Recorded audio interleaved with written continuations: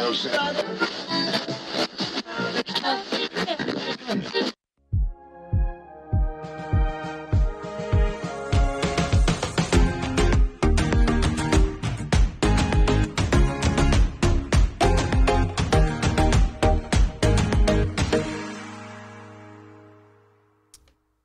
og velkommen til Din Stemme, Dit Valg.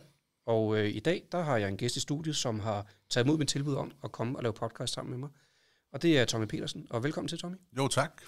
Og jeg er glad for, at du var klar til at tage den her snak med mig i podcasten. Og du har valgt et emne, som vi i hvert fald skal tale om i første omgang, tænker jeg. Ja, det er kulturen. Det er kulturen? Ja. Og hvad er årsagen til, at du lige har valgt det? Jamen, fordi jeg de sidste i hvert fald 15 år har brændt meget for det kulturelle område her i kommunen. Problemet er bare, at når man ligesom som borger kommer med en idé til kommunen, så er de ikke synderligt interesseret. Det er sådan mere, om du kan bare blive frivillig. Ja. Fordi der mangler frivillige rundt omkring, og det er jo også fint nok. Men blandt andet har jeg en idé til noget, der hedder Ballerup Kulturevent, som er sådan lidt eller Team Ballerup.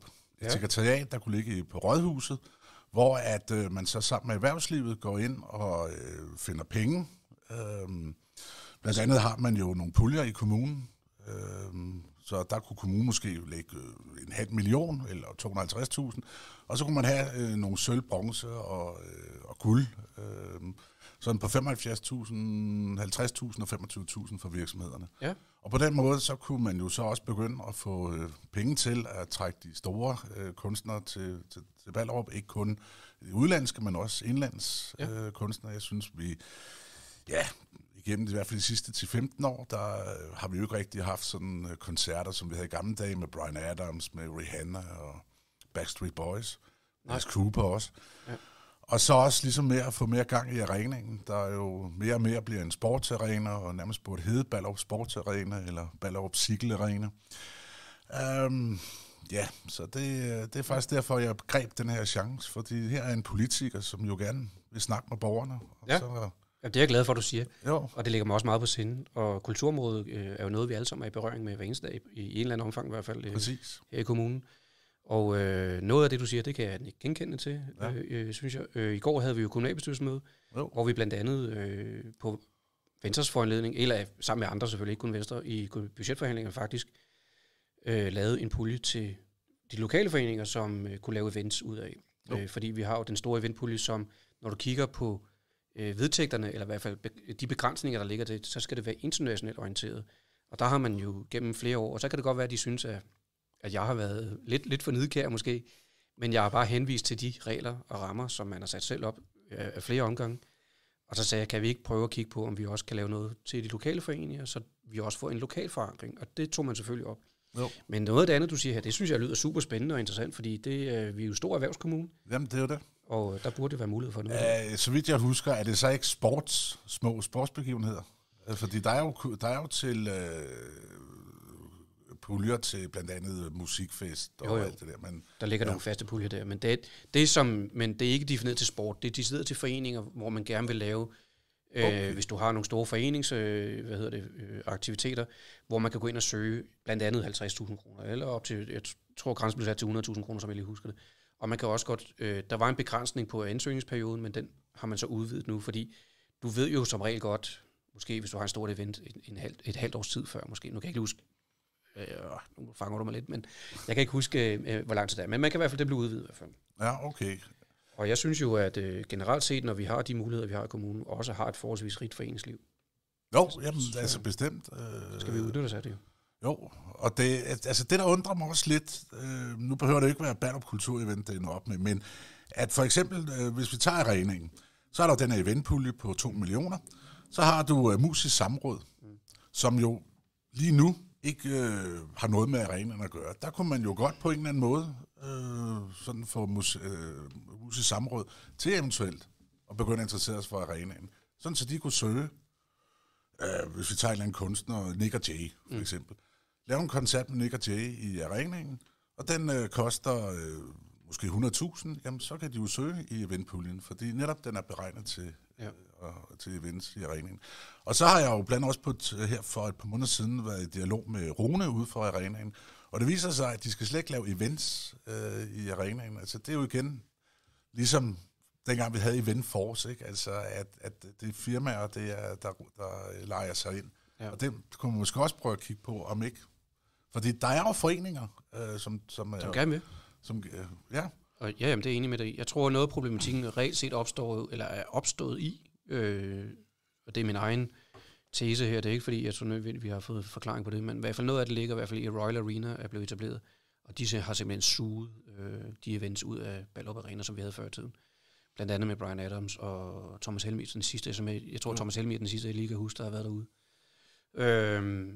Hvor vi så er blevet nødt til at sige, hvordan får vi så penge i kassen, kan man sige. Og der er jo de her virksomhedsudlejninger, der er jo den der med forsvaret.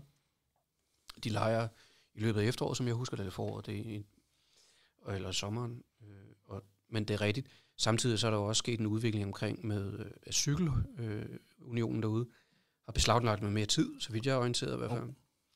Men jeg kender ikke nok til tidsfordelingen derude, og tænker sig, det må jeg sgu ærligt indrømme. Men og jeg synes jo, når vi har en hal, så skal vi benytte os af den. Og jeg synes også, at når jeg ved, den koster borgerne i Ballerup Kommune cirka 7 millioner om året, så skal vi i hvert fald kigge på, hvordan kan vi minimere den investering, som vi trods alt giver. Det er jo en investering for Ballerup, når vi bruger 7 millioner kroner. Jamen altså, omkring det med Royal Arena, det er jo sådan set rigtigt nok. Men der var så også under Event Force tid, der var det jo Forum, hvor de store koncerter blev lagt. Men jeg er enig med Royal Arena. Men altså, der kan man jo så kigge på, er der andre kunstnere, både danske som udlandske, som kunne give koncert i arena. Men jeg er helt enig i, Royal Arena har jo suget, som du selv siger, mange af de artister, som... Ja, altså jeg synes jo, når man kigger på infrastrukturmæssigt, vi ligger lige til en S-togbane, vi ligger lige til motorvej og så videre, så burde det jo være muligt på et eller andet niveau, i hvert fald at tiltrække et eller andet. Men, og det er jo, hvis man skal kigge lidt nøgtern på den, så tror jeg faktisk, det der event-halløj, du taler om, det tror jeg helt klart er måske vejen at gå, fordi sådan kernevelfærdsmæssigt, så er det jo ikke en kommunal opgave at lave koncerter. Nej, det er jo faktisk foreninger, eller hvem det nu skal være.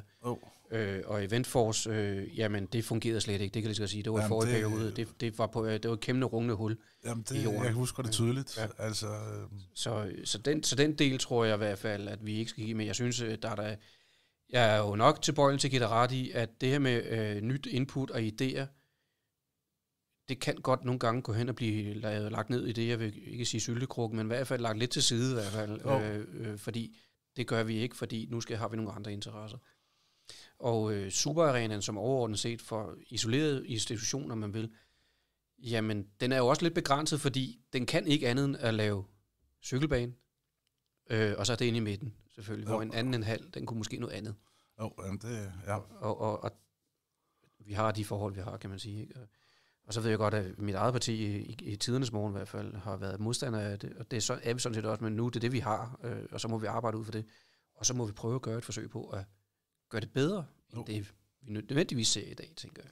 Ja, men der er jo, og nu rykker vi så måske ind i det næste, som også nemlig branding. Altså hvis du tager Hillerød, Royal Stage den, og så Næstved Arena, jamen de er jo begyndt at rykke, og de har jo ligesom vist, altså de har haft besøg af Anastasia for eksempel, og Macy Gray nede i Næstved. Ja. Altså at man prøver at kigge på de to, og sige, jamen kunne vi gøre det sådan? Fordi der er jo også i Royal Stage, der er jo også sportsarrangementer, firmaarrangementer, Mick Øgendahl, stand-up show. Altså, det er gået hen og blevet lidt sådan et messecenter-lignende ting, som jeg husker det. Jo, jamen, der er også kulturarrangementer. Ja, okay. Så det er mange år siden, jeg har været helt skal lige sige, så op ved svømmehallen og det der, fordi det var jo bare indendørs fodboldbaner i gamle dage. Jo, da jeg var deroppe som dreng, jeg var vokset op i Hundested, så der kørte vi til Hillerød og spillede ofte indendørs der om vinteren, ikke? Okay, jamen Royal Stage blev åbnet i 2020, så det er jo ikke mere end 5 år siden. Nej, men det er bygget oven på den gamle hal, Fredensborghallen, Frederiksborghallen, som jeg husker det, og udvidet i en eller anden omfang.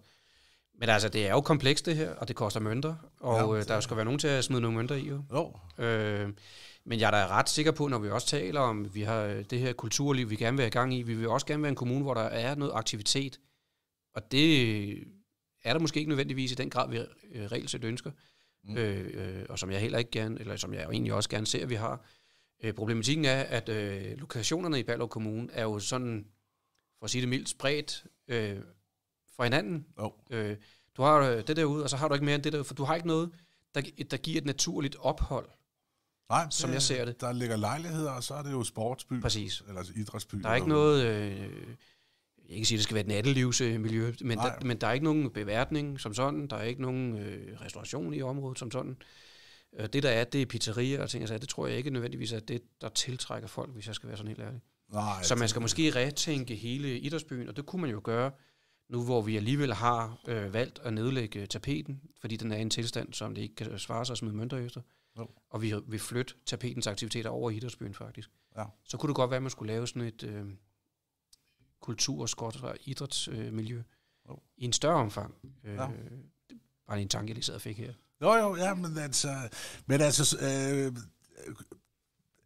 det her med den her podcast, det er jo netop, at du siger, at du gerne vil møde borgerne. Og når man som sagt tager kontakt til kommunen, ikke? Altså nu har jeg korresponderet lidt med vores kulturformand Charlotte Holtermann, ikke? Jo. Ja. Og der er det bare, jamen, hun er ikke interesseret. Ikke? Altså enten man kan blive frivillig, eller man kan lave en forening. Ikke? Og det er jo også fint. Problemet er bare, at en forening skal man være 2. Ikke? Og det vil sige, så skal jeg så ud og finde en anden, der også en brænder for det samme. Ja, det er det. Altså jeg synes egentlig, det er det påfaldende, fordi jeg synes ellers normalvis, at vi plejer at skubbe, gerne er villige til at hjælpe folk lidt på vej. Og det andet her kan man selvfølgelig sige, det er måske lidt mere en kommunal instans, kan man sige, hvis du skal i sekretariat. Men altså, hvis det er, så synes jeg faktisk, at du skal sende noget til mig. Så stiller jeg gerne et budgetspørgsmål til, hvad det kræver. For det har jeg faktisk ikke indblik i. Er det et årsværk, det kræver en person, der sidder der? Eller jamen det sjove er, at her for, jeg tror det var et halvt år siden, der kom administrationen. Altså der er noget med, at kommunen gerne vil lave et turistkontor, eller turist et eller andet. Og det mente administrationen ville blive for dyrt, og det ville være penge ud af vinduet. Og så foreslog administrationen, at man lavede sådan med kommunikationer og event, og der ligesom skulle være en fast tovholder. Og det ligger lidt op af det, jeg så foreslår, ikke? Og det ved jeg så ikke om, fordi det blev vist nok sendt tilbage med nogle spørgsmål, og så har jeg ikke rigtig sådan... Det er i hvert fald ikke noget, jeg lige sådan kan erindre, vi har talt om heller i budgetforhandlingerne. Nej, ja. Fordi det vil være noget, der skal tages ind i budgetforhandlinger over den. Det er ikke bare lige noget, der kommer ind, for der er økonomi bundet op i det jo. Ideen er god nok, altså taget betragtning af, at vi også skal være juleby, og jeg ved ikke hvad, det kan man så have en holdning til eller ej. Det er en, jeg nok af de der små kameler, jeg måtte æde i budgettet, når man kun har 2 pladser i kommunalbestyrelsen, men fred være med det. Jeg synes, der nogle gange, så skal man kigge på, hvor stor en værdiskabelse giver det reelt set. Ikke? Og der tror jeg, det du taler om, det tror jeg giver en større værdi nødvendigvis, at vi skal være en juleby. Så mange andre byer der også, ikke? Altså. Jo, altså hvis bare der er et ordentligt koncept til det. Jeg kunne forestille mig, at det er nede ved Banegårdspladsen, ikke? Altså, det er jo også fint. Ja, altså jeg er jo enig i, at når vi kigger på, og det er jo også kultur, og det er jo også fritid, og hvad folk de har interesser i. Altså vi har jo mange skibe i vandet på en eller anden måde, men nogle af dem, de når altså bare ikke i land. Og det kan der være mange årsager til. Nogle gange er vi bare super dårlige til at følge op på, hvorfor de ikke går i land. Og dem, der så er gået i land, så kører man bare det samme koncept i 10 år, 15 år, 20 år, uden at kigge på, hvordan det videreudvikler sig. Og der kan du se den problematik, som jeg ved, Morten Løe fra Krammerfestivalen for eksempel, jeg er ret sikker på, at han er enig med mig i at sige, at det er jo ikke fordi, jeg skal tale det ned, for jeg synes, det er fedt, at der er nogen, der gider at skabe så stort et projekt på benene og løbe afsted med det. Men de har jo også været udfordret af, på grund af, efter corona især, der er sket en kulturforandring omkring det her, og nu så jeg Døllefjelde Muse, tror jeg det var. Ja. De er jo også ude i kæmpe udfordringer med, om de skal overhovedet stille op, og det er jo helt vanvittigt. Det er jo institutioner jo, vi taler om. Og hvad er det for nogle forandringer, vi ikke når at opdage? Ja. Er det fordi, vi er for dårlige til at kigge på forandringerne løbende, eller er det bare fordi, så nu dør det? Altså, det er jo også interessant at se. For mig handler politik mange gange, og også sådan ting der, det handler egentlig om at sige, hvor dygtige er vi til at opdage tingene i tide, og følger vi egentlig nok op på det, vi egentlig har vedtaget. Fordi tingene er ikke støbt i cement. Det er en organisk udvikling, der løber, og den er dynamisk samtidig også. Jamen Jamen, der er jo sket meget efter coronaen, ikke? Altså jeg vil sige, tilmeldingerne inden for kultur, eller generelt set for de her ting, som vi både på idræt, og der er mit oplevelse af, at det er faktisk voksne igen. Uden at kunne være helt pinpoint på tallene, men altså, det er ikke så dødt, som folk gør det til. Nej, det er altså, Ballerup Kommune er jo en stor forening, og der er jo mange frivillige. Der er mange frivillige, ja. Vi kunne nok godt blive bedre. Fordi når vi kigger isoleret set på tal og tænker, så er vi ikke en stor kommune. Okay. Så ligger vi i en dårlig, eller nu siger jeg den dårligste tredjedel, nederste tredjedel.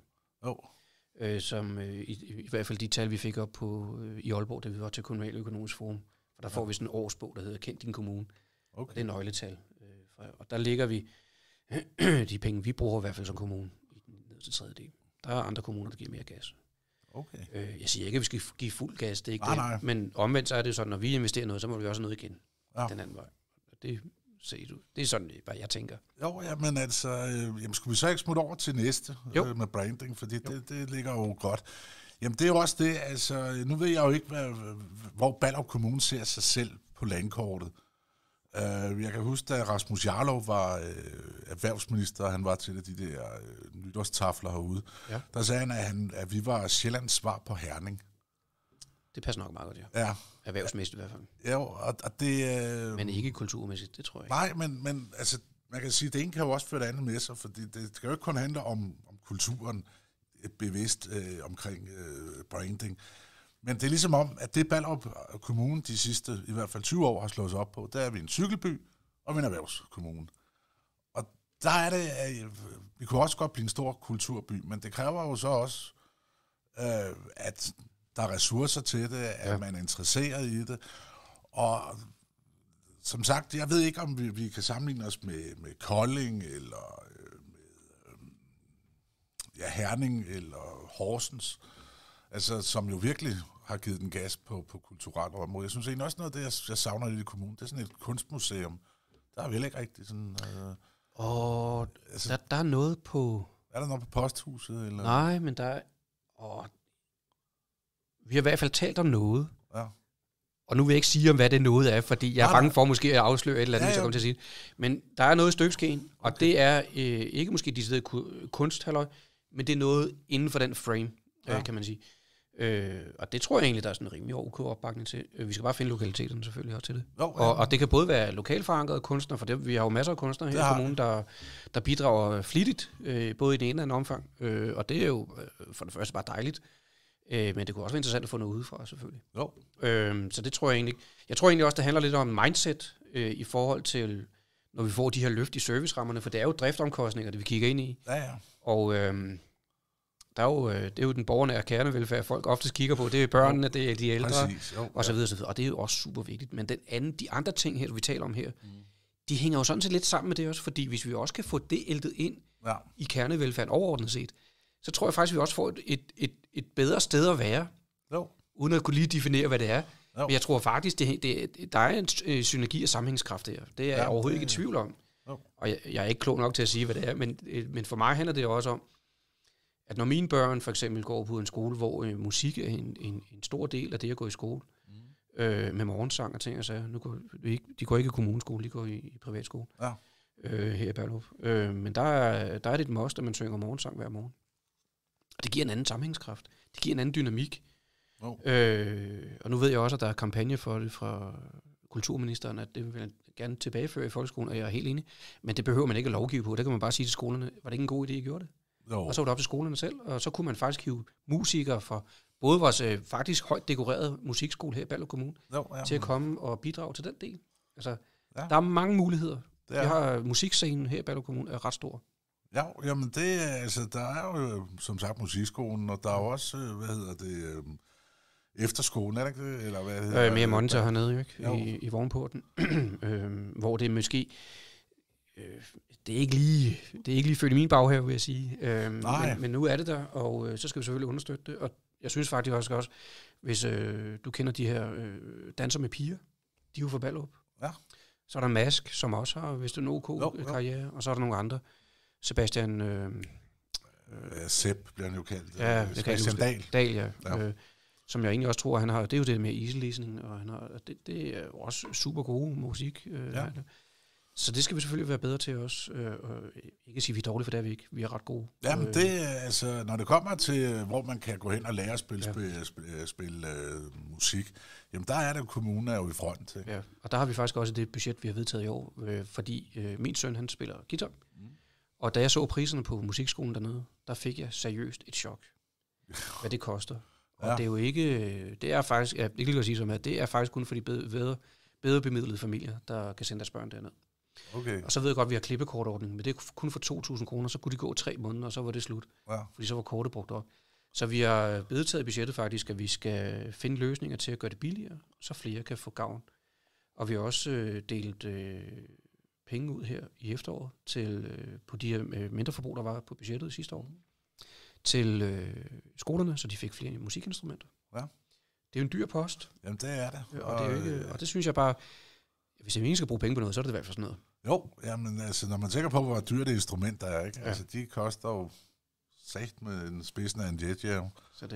Så jeg tror, altså, der er nogle dynamikker og sammenhængskraft overordnet set over det hele på det her ting. Og det var også det, jeg indledte med at sige, det berører os faktisk mere, end vi går og tænker over det. Jo.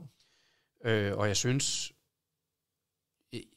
altså, frivillighed er rigtig godt, men frivilligheden er ikke bedre, end hvis den skal have støtte. Bliver ikke bedre, hvis den ikke bliver understøttet, hedder det. Præcis. Det er egentlig det, vi frem til. Og det kunne være interessant at få en analyse af, hvor stort behov er der reelt set for blandt andet det, du lagde ud med. Og hvordan ser vi ind i fremtidens kultur- og fritidsudvikling her i Ballerup Kommune. Ja. Og det er jo, vi har også et teater, altså vi har jo tema, som er jo, efter min overbevisning, noget af det bedste, amatørteater, jeg har set. Jeg ved, dem, der er ude i Holbæk også, det er også rigtig anerkendt. Så det skal vi jo også kigge på, jo. Ja. Fordi det er jo ikke, jo bredere palette vi reelt set har. Og jeg har det sådan som politiker i hvert fald, at vi skal understøtte det, der er efterspørgsel på. Ja. Og så er jeg faktisk ret græskatolsk, om det er privat eller om det er kommunalt regi. Frivillighed, det er jo privat, om man vil. Ja. Men der er noget lovgivning, hvor vi faktisk skal understøtte det. Og så går det jo hen og bliver en semiform for kommunalt. Og det har jeg ingen problemer med. Jo, jamen, det er jo meget skægt, fordi altså, netop med de frivillige, ikke? Altså, der er jo ikke nogen frivillige ude i arenaen. Altså, ikke? Så det kunne være, nu hvor det netop 10 år siden, at I overtog driften, at måske var på tide, at man kigger, 2015, at man kigger på, hvordan fungerer det? Skulle vi lave det anderledes? Skulle vi tænke? Lige få en analyse af det. Ja. Det har jeg faktisk ikke tænkt over, før du siger det nu her. Og det har det jo nogle gange med at gå ned i vanetænkning og daglig drift. Sådan nogle ting der. Uagtet at jeg selv prøver at løfte flaget højt og sige, det skal vi lade være med. Men hvis man heller ikke bliver gjort opmærksom på det, og nu gør du opmærksom på det, så er det jo i hvert fald i min bog noteret, og det bliver så i hvert fald et opmærksomhedspunkt, og det bliver nok også et budgetspørgsmål. Jo, jamen det vil jeg glæde mig til. Fordi hvis vi kan så udvikle noget derfra. Jeg plejer som regel at drille mine kære socialdemokratiske venner her i kommunen med, at jeg har ikke sat mig på betonklodsen, der kører direkte mod jordens indre. Den skulle gerne kunne slænge lidt på vej derned af, hvis det er det, ikke? Og vi har nogle gange med, at bare, jamen det har vi altid gjort. Og i min bog, når man siger det, så er vi ved at afvikle os selv. Præcis. Sådan overordnet set. Og det støder nogle gange noget, og det provokerer også nogle gange noget. Men det er jo sådan, det er. Jamen jeg ved i hvert fald, at Anja Holter har jo sagt, at hun gerne vil tage en diskussion om, hvad man får, hvad I får for pengene, ikke? Altså, eller borgerne får for pengene. Og altså, nu snakker vi også om teater, ikke? Altså, der er jo også musicals. Altså, det kunne man jo også afvikle i Ballerup Arena, ikke? Altså, der er i hvert fald byde ind på det i hvert fald. Ja, byde ind, og vi ser det jo med Royal Arena, vi har set det med Boksen her, vi har set det med Forum, altså de her store produktioner, der folk kommer. Ja, det gør de. Kommer nemlig her. Ja. Og jeg tror egentlig også, det der Disney on Ice, der var herude. Ja. Nu skulle jeg have været derude, men jeg blev så forhindret, men mit indtryk var faktisk, der var udsolgt alt sammen. Jo, jamen det er jo... Ja, det var 4-5 år siden. Ja, 4-5 år siden, ja. Jo. Og det er jo også, altså... der er jo nok det cykling derude og cykeltræning. Men hvis man for eksempel tager, lad os nu sige, at Alice Cooper skulle i koncerten torsdag, ikke? Så onsdag aften, når folk er gået hjem fra træning, så rykker hans folk jo ind, sætter scenen op. Så om torsdagen, der kan så ikke være træning. Så afholder Alice Cooper sin koncert, folk kan få beglade, og lige så snart at koncerten er slut, så piller de scenen ned igen, og fredag morgen, jamen, så ligner arenaen jo sig selv. Det går faktisk ret hurtigt med at afmontere setup ned. Jeg har kørt sceneudstyr i 10 år. Ja. Eller jeg har siddet som disponent og har styret det der nede fra Køllen af til... Jeg havde en chauffør, han var mega AC/DC-fan, og så spillede de i Göteborg, og han blev så glad, indtil han opdagede, at han havde fået det forkert list på, og skulle køre til Halmstad med et list til Elton John. Der blev han lidt træt af det. Men så jeg kender godt, de tager 1,5 døgn, så er det op og ned til sådan noget der. Ja, og det er jo netop hvis det så skulle gå ud over træning i arenaen, ikke? Jamen, det er jo kun 1 dag. Ja. Og det er jo ikke sådan, der skal være koncert. Nej, det er med på, det er heller ikke det, jeg hører, du siger. Nej, så hvis man kunne have 3-4 om året. Ja, ikke? Altså jeg kan huske, kommunen havde netop under Event Force, der havde man sådan en vision om, at der skulle være 10 kulturarrangementer. Jeg tror også, det var med sport. Så hvis der kunne være 4-6 koncerter om året, og så er det jo fint. Altså man kan jo sige, at cykelsportmæssigt, der er vi jo har vi ikke seksdagsløbet mere. Nej. Det er jo åbenbart gået helt i sig selv igen, fordi det Sandstød rykkede jo faktisk ud til Royal Arena. Ja. Så kom der corona, og så er der ingen, der har set det siden. Og det er Michael Sandstød, der har licensen til det der 6-dages halløj. Men så har DBC jo så selv lavet deres 3-dagsløb, og det er faktisk gået hen og blevet en ret stor succes. Ja. Jamen, det synes jeg er jo fedt, at de har fået det op på egen ben, og vi støtter det, bevares, men det er nede i bagatelklassen, vil jeg sige, i forhold til det, jeg synes, de får ud af det. Og det er jo value for money set for mig af, fra min side af. Og det skal vi blive bedre til jo. Altså, vi skal blive bedre til også at se mulighederne, i stedet for begrænsningerne. Det er nok egentlig, og det er jo egentlig også det, du taler ind i. Ja. Jeg siger, det kan vi ikke, fordi nu skal der være badminton, og nej, det kan der ikke, fordi der skal være volleyball eller et eller andet. Ja. Altså, vi må prøve at jonglere lidt med hinanden, og møde hinanden på den del der. Det vil jeg give dig ret i. Ja. Men det er nok ikke altid lige let til. Nej, det altså... Men hvis man ikke tager dialogen, så sker der i hvert fald ingenting. Det gør der ikke, nej. Så det vil jeg give dig fuldstændig ret i. Jo. Har du andet på tapetet over det der? Nej, altså, hvis jeg skal fortælle lidt mere om Ballerup Kulturevent, som også jo gerne skulle brande byen, jamen så er der jo for eksempel mulighed for at lave et par film af 3-5 minutters varighed. En podcast omkring hele Ballerup Kommunes historie. Men igen, altså, det er lidt den der ligegyldighed, man oplever som borger, og det er jo det, du gerne vil gøre noget med. Jeg vil gerne losse den bold der, det er det. Ja, præcis. Så det håber jeg, at blandt andet den her podcast kan være med til. Ja. Og så har du jo sagt, du gerne vil kigge på nogle af tingene, og det tager jeg da så på ordet på, og så sender jeg dig noget her. Jeg vil løbe et par dage, og så kan du så se på det. Så. Jamen, du har i hvert fald nævnt 2 ting, som jeg i hvert fald selv lige tænkte, det må jeg hellere stille spørgsmål om. Jeg synes især det med Superarenaen, du er driften af den, hvad har vi egentlig fået ud af det de sidste 10 år? Og det synes jeg faktisk er noget, og det kan jeg lige sige, det er noget, jeg faktisk har kritiseret gennemgående. Det er, når vi søgsætter noget, så evaluerer vi super sjældent. Ja. Og så har jeg selv blandt andet været med til, for 10 år siden, da jeg sad i Kultur- og Fritidsudvalget dengang, og kommunalbestyrelsen, være med til at smide Event Force ud, fordi de leverede simpelthen ikke varen. Nej, det... Men hvis de ikke leverede varen, gør vi så selv det. Og ja, det var det, jeg ligesom havde håbet. Ja. Og har kriterierne rykket sig? Det er jo egentlig også en interessant ting, jo. Der er jo kommet en ny spiller ind i forhold til det, som vi taler om, med Royal Arena derude. Og det ved jeg i hvert fald, har man brugt over for mig som argumentation for en årsagen til, at vi ikke har nogen events. Men som du selv siger, det behøver ikke alle sammen at være AC/DC. Og nej. Det kan jo sagtens være en Thomas Helmi, og jeg mener altså, Thomas spillede derude for 3-4-5 år siden.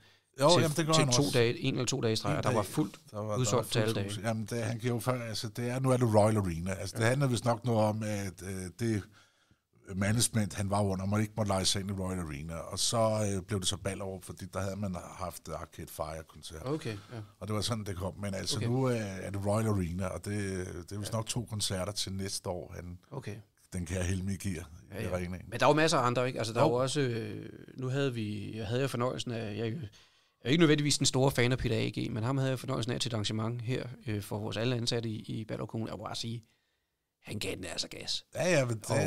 Og det tror jeg sagtens. Han kunne sagtens trække et hus derude, fordi det er vores barndomsmelodier, det er vores, altså hele det, vi vokser med i 80'erne. Nu er jeg er ikke faktisk op i 70'erne. Jeg er født i 77, men... Jamen, det er jeg faktisk også. Ja. Så det er jo alt det, vi hørte i 80'erne med de dansende vilde kaniner og dansende blå linealer og alt det her, ikke også? Det var bare... Folk gik jo gav den gas jo. Og det var fedt. Og der tror jeg egentlig, at vi også måske via det en lille scene herude kan give nogle upcomings bands også muligheden for at være på en scene, som ikke er super, super, super stor, men i hvert fald er større end det, de normalvis vil være på ude i Roskilde derude, hvad hedder den? Gimle, for eksempel, ikke? Eller Tobakken ude i Albertslund, i Albertslund, ikke? Altså, det er et lidt større scene. Ja, det er der. Og det tror jeg faktisk kunne være ret interessant. Og man kunne måske også lave det som minikoncerter, hvor man havde 3 kunstnere, som kom og præsenterede noget nyt, eller et eller andet.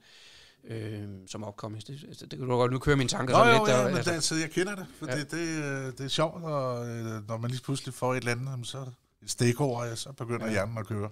Fordi, og det kunne måske også ligge i tråd med det, som vi har lokalt i forhold til mere monitor, og ikke mindst også musikskolen.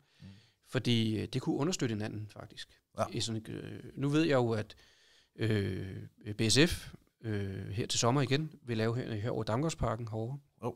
Vil lave noget. Og der er jo også noget nede i Baltoppen, men Baltoppen, den er jo fastlagt, så det bliver svært at komme ind. Jamen og jeg ved, jeg har på et tidspunkt snakket med Ib Jensen, og han vil jo stadig også gerne lave de der koncerter, som der var i 90'erne, hvor det blandt andet var Baltoppen, der blev spillet meget i. Men det er jo ret nok, de vælger jo så, som Ib Jensen også skrev, altså de vælger jo de større venues i dag, som for eksempel arenaen. Ja. Og det er jo også fordi, I tjener ikke samme penge på musik, eller på streaming, som I gjorde ved reelt CD-salg i gamle dage, eller LP-salg for den sags skyld.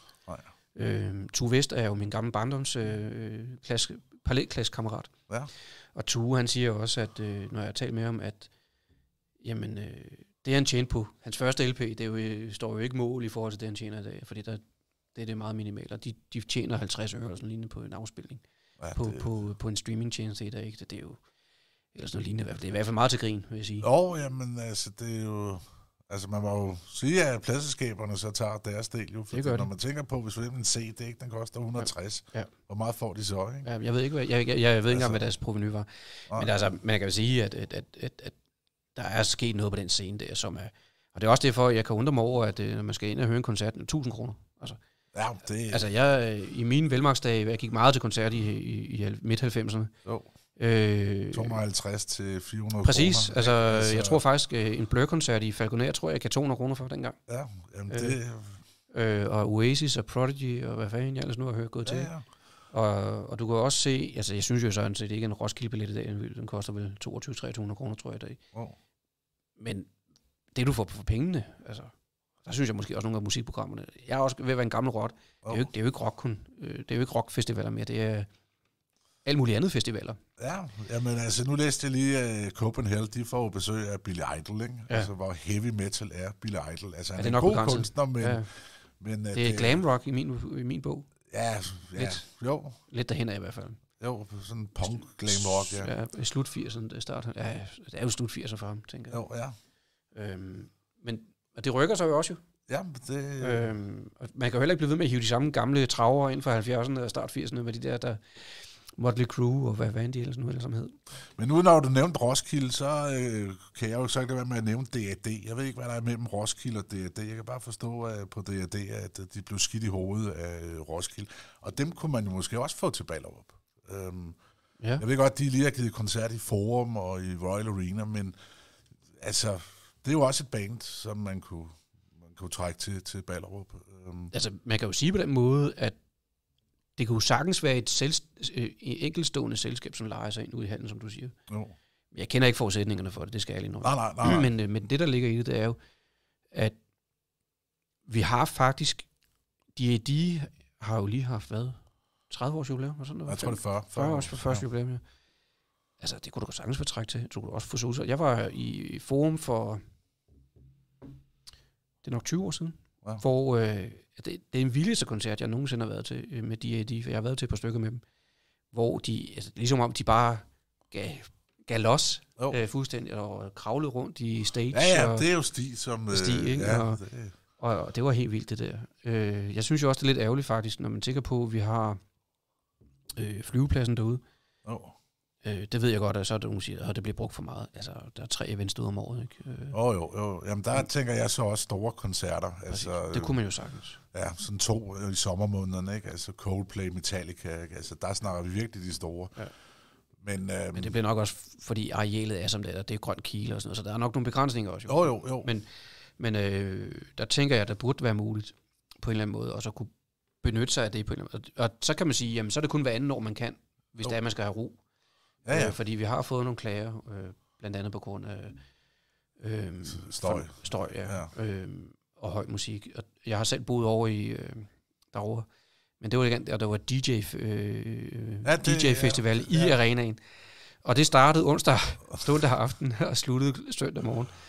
Og den der bas der, selvom jeg boede helt over i rækkerne, altså det lå vågen hele natten, altså, så var det jo. Men altså, der fik de så mange klager over til sidst, så det blev simpelthen smidt ud. Okay. Så det blev ikke sådan noget. Nej. Eller det fortsatte ikke, hedder det. Kontrakten blev ikke fornyet. Nej. Fordi der var for meget støj for beboerne, der boede derovre. Ikke? Så der er masser af muligheder jo. Det gælder bare om at se dem. Det gør det, og det er det, jeg synes, kommunen ikke rigtig har været god til. Nej, altså min bog, der handler det også lidt om, at kommunen skal kunne facilitere, men så er der nogen, der andre skal udnytte sig af de faciliteter, hedder det på dansk. Og jeg er nok lidt delt op i, at kommunens opgave, det er velfærd og så videre. Ja, præcis, jo. Men kultur og fritid er også velfærd. Ja. Det kan man sagtens investere med i. Så er det bare, hvordan man kan blive enige om det. Og jeg ved også, at Tom Nielsen sad før i tiden, som jeg sad jo det sidste år, eller det sidste periode, han sad der. Mm. Altså, det var jo noget, der lå meget på sinden jo, at vi havde styr på de her ting. Så ved jeg ikke, om det er noget, Jesper nødvendigvis tænker så meget over. Det kan selvfølgelig godt være, at det måske bliver lidt mere udvandet. Men det var i hvert fald et stort holdepunkt i Toms tilgang til at brande Ballerup Kommune blandt andet. Og der vil jeg nok give dig måske lidt ret i, og vi går lidt. Det er blevet meget fokus på cykling. Jamen, det er det. Desværre. Det er jo god sport, det er ikke det? Jamen, det er præcis, ikke? Men det er jo desværre blevet for meget cykel. Ja. Altså, det er jo fint nok. Der kommer også et eller andet cykelarrangement, der kører igennem Ballerup, ikke? Altså, det er jo det. Der kan kommunen jo heller ikke rigtig sådan, eller finde nogen, der sådan, fordi, altså, der var Tour de France i Danmark, der var det jo ikke igennem Ballerup. Der var også nok nogen, der boede på Laudrup Hotel, læste eller sådan noget. Men det er jo, eller ikke, når der er Danmark rundt. Altså, der er det er Danmark rundt, der kommer igennem i år. Okay. Ja. Men det er jo DCU, der ligger ruten, så den har vi ikke så meget indflydelse på. Jeg tror heller ikke, vi bidrager med noget økonomi til det overhovedet, som jeg lige husker det. Det er kun, hvis du er startby eller målby. Jeg tror, man bidrager med et eller andet, men nu hænger du... Nu er det meget sådan, lige at sige det, uden at være helt 100 på det. Men overordnet set, så handler det jo egentlig bare om, at vi kan faktisk godt rigtig meget her i Ballerup Kommune. Det kan vi. Har rigtig mange frivillige, der rigtig gerne vil. De skal bare også have muligheden for det. Præcis. Og det ved jeg ikke, om det skulle være stikordet til den her udsendelses slutning. Jamen lad os sige det.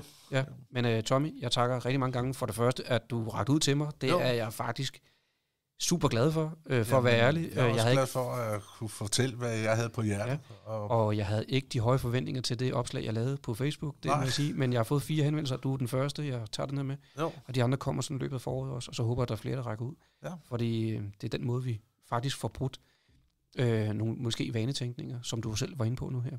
Jamen altså, jeg kan kun anbefale vores medborgere at gribe chancen, fordi altså, har man noget på hjertet, jamen så kom med det, og så kan man jo kun håbe på det bedste.